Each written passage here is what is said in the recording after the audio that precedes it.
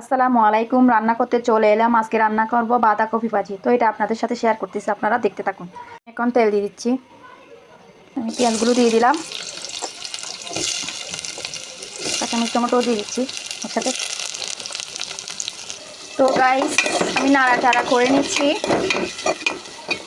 আমি লবণও দিয়ে দিলাম, হলুদ গুঁড়ো দিয়ে দিলাম, হালকা মশলার গুঁড়ো দিয়ে দিলাম।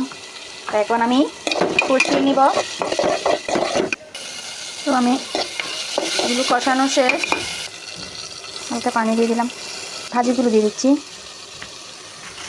আমি সব ভাজিগুলো দিয়ে দিলাম। এখন আমি একটু নেড়ে চেড়ে নিব। তো গাইস, নাড়াচাড়া অসম্ভব। আচ্ছা, এতটুকু তো হয়ে যাবে। গাইস, আমার নাড়াচাড়া করানো শেষ। তো আমি এখন ঢেকে দিব, ভালো হবে।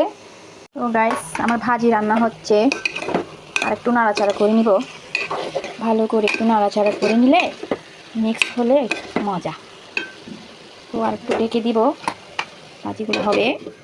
আমার ভাজি রান্না শেষ। তো কেমন হয়েছে জানাবেন।